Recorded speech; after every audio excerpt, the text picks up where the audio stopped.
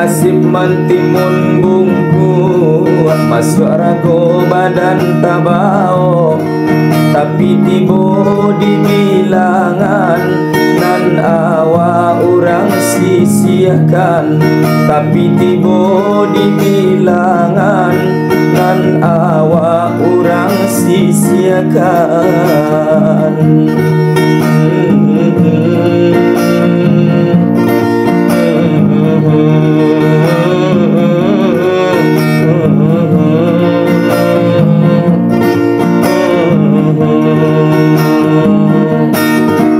Dikana masuk di ladang basa mojo kawan-kawan, tibo masuk panen ko datang mentimun bungku orang sisihkan.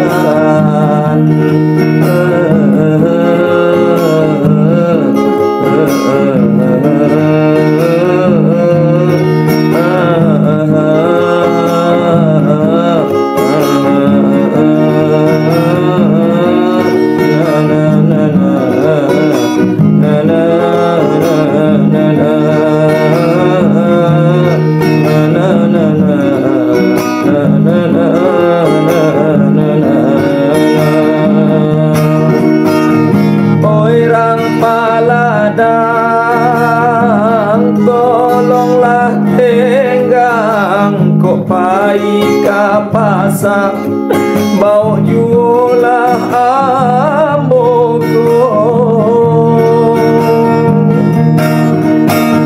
Ko indah bana dijual babilang, dijual baonggo, amboka jadi juo. Ba itu hati dek haro rasoka di bali urang, biar dijual baonggo pado busu di ladang.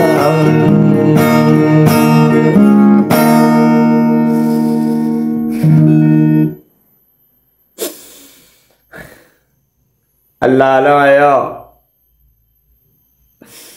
Allah lo ayo, timun bungkuk lo den kiro Allah ayo.